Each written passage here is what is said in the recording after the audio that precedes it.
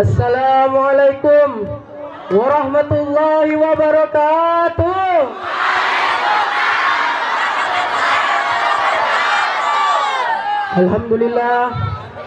Alhamdulillahi rabbil alamin.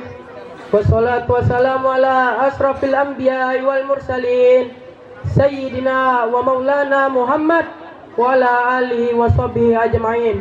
Allahumma sholli ala Sayyidina Muhammadin al-Fatih ma ughliq. Allahumma sholli ala Sayyidina Muhammadin al-Fatih ma ughliq wal khatimi lima sabaqa nasiril haqqi bil haqq wal hadi ila siratikal mustaqim wa ala ali haqqa qadrihi wa miqdarihi al-azim. Amma ba'd. Puja dan puji syukur kehadirat Allah Subhanahu wa taala atas limpahan rahmat dan taufiknya sehingga kita dapat berkumpul di tempat yang penuh barakah ini. Salawat serta salam semoga selalu tercurahkan kepada baginda Nabi besar Muhammad sallallahu alaihi wasallam, yang dimana kita mengharap syafaat beliau di hari kiamat. Namun menganggap diri kita sendiri sebagai hamba, sebagai umat beliau itu gampang. Akankah kita dianggap beliau sebagai umatnya?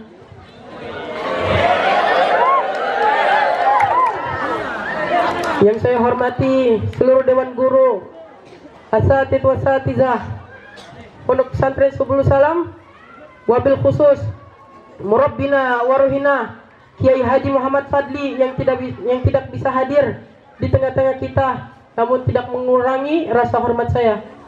Semoga beliau-beliau ini dipanjangkan umur, disehatkan selalu, dimurahkan rezekinya, diampuni dosa-dosanya, dimudahkan urusan dunia dan akhiratnya. Amin ya Allah ya rabbal alamin. Sallallahu ta'ala wa huwa asdaqul qailin. A'udzu billahi minasyaitonir rajim. Bismillahirrahmanirrahim. Wasari'u illa maghfiratin min rabbikum wa jannatin arduha samawati wal ard uiddat lil muttaqin.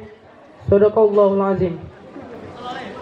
Dan bersegeralah kamu mencari ampunan dari Tuhanmu dan mendapatkan surga yang luasnya seluas langit dan bumi yang disediakan bagi orang-orang yang bertakwa.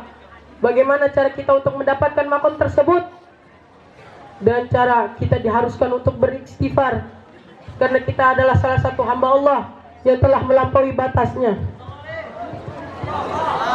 Terkadang tangan yang digunakan ini untuk memegang tasbih dan berzikir kita gunakan untuk bermaksiat. Kita gunakan untuk hal-hal yang membuat kita berdosa.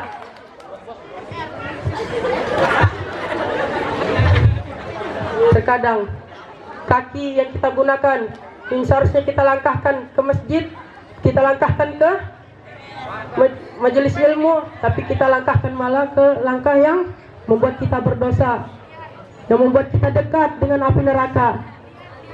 Terkadang mulut yang kita gunakan ini untuk berzikir, untuk beristighfar kepada Allah, namun kita gunakan untuk menggibah, untuk bohong terhadap saudara kita dan orang tua kita. Yang lebih parah lagi, kita gunakan untuk menfitnah. Sedurhakakah kita gitu dengan Allah? Mungkin amal kita yang akan menjawab ya.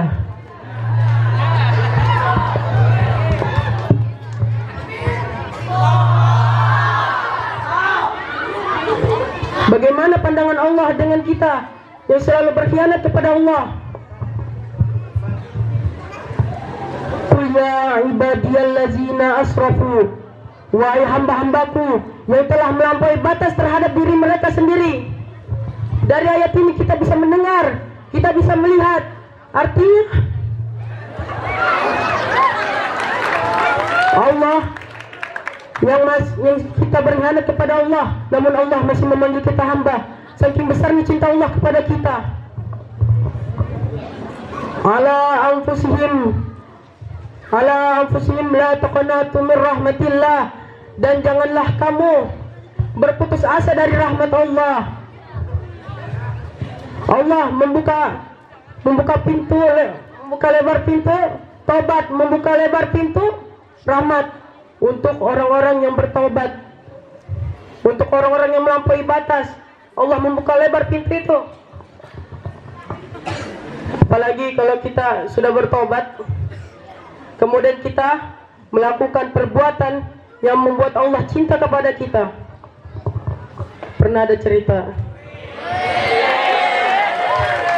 di zaman Imam Ahmad bin Hambali, seorang tukang roti yang selalu beristighfar kepada Allah Subhanahu wa taala. Setiap menanak adonan, setiap membuat adonan, setiap memanggang adonan, beliau selalu beristighfar. Dengar ini kisah menarik. Imam Ahmad nih pergi ke kota Mesir.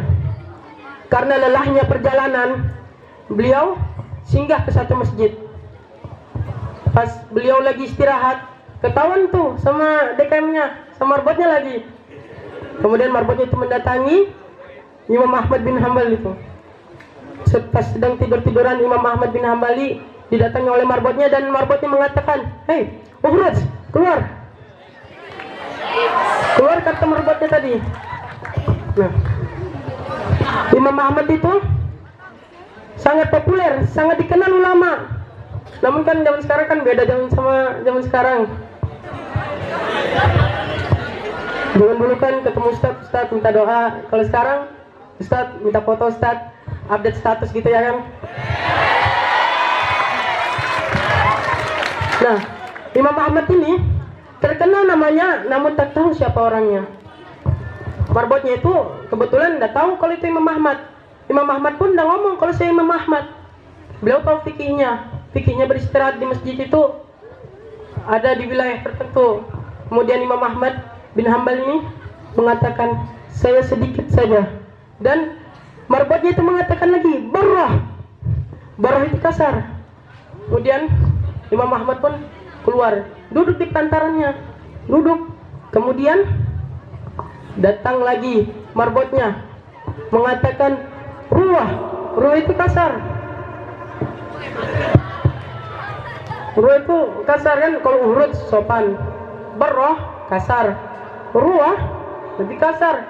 Jangan ada di masjid sini lagi, roh-rohnya pun pergi, jangan ada lagi di sini. Kemudian itu Imam Ahmad bin Hambal ini keluar berjalan kan cari tempat singgah gitu. Kemudian itu pas ketemu tempat tukang roti tadi. Kemudian pas ketemu tempat tukang roti tadi, kebetulan tukang roti sedang membuat adonan dan melihat Imam Ahmad bin Hambali.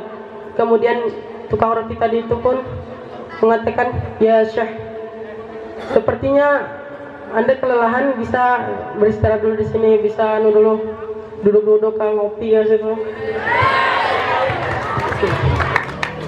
Kemudian nih,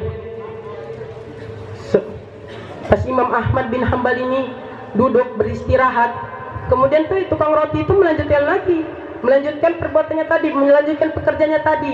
Setiap menanak adonan istighfar, setiap membuat adonan istighfar, setiap memanggang adonan istighfar. Nah, Imam Ahmad tahu betul istighfar mendatangkan cinta Allah. Namun untuk menguji si tukang roti tadi, Imam Ahmad pun bertanya, "Ya Syekh, wahai Tuan, mengapa engkau setiap menanak adonan, setiap membuat adonan berhenti istighfar lagi, istighfar?" Itu aja. Kemudian tukang roti tadi itu pun ngomong, "Wallahi, setiap apa yang saya hajatkan, setiap apa yang saya inginkan, setiap apa yang saya mohon, Allah tidak pernah sekalipun tidak mengabulkan apa yang saya inginkan itu." Nah, bayangkan, wallahi, seorang tukang roti, bukan ustaz, bukan kiai, seorang tukang roti, orang yang dipandang mungkin cukup rendah, namun setiap apa yang dia inginkan, setiap apa yang dia mau, Allah selalu mengabulkannya.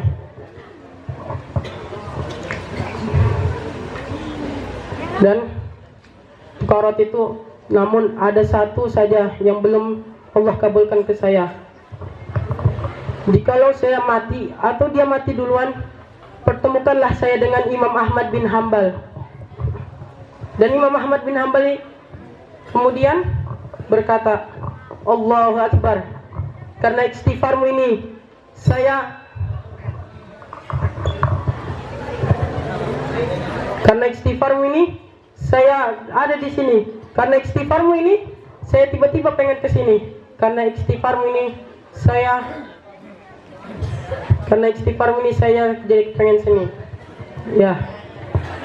Jadi sambil maknanya, kalau kita sudah tobat dan kita melakukan sesuatu yang bikin Allah mencintai kepada kita, maka begitu besarlah cinta Allah kepada kita. Apa yang kita inginkan, Allah itu akan mengabulkan apa yang kita mau. Betapa beruntungnya orang-orang yang beristighfar. Betapa untungnya orang-orang yang bertaubat kemudian membuat Allah cinta kepada dirinya. Nah, karena lampu merah ini, saya akhiri ceramah saya. Jikalau ada salah itu dari saya sendiri, jikalau ada yang benar itu dari Allah Subhanahu wa taala. Burung irian, burung cendrawasih, cukup sekian dan terima kasih. Wassalamualaikum warahmatullahi wabarakatuh.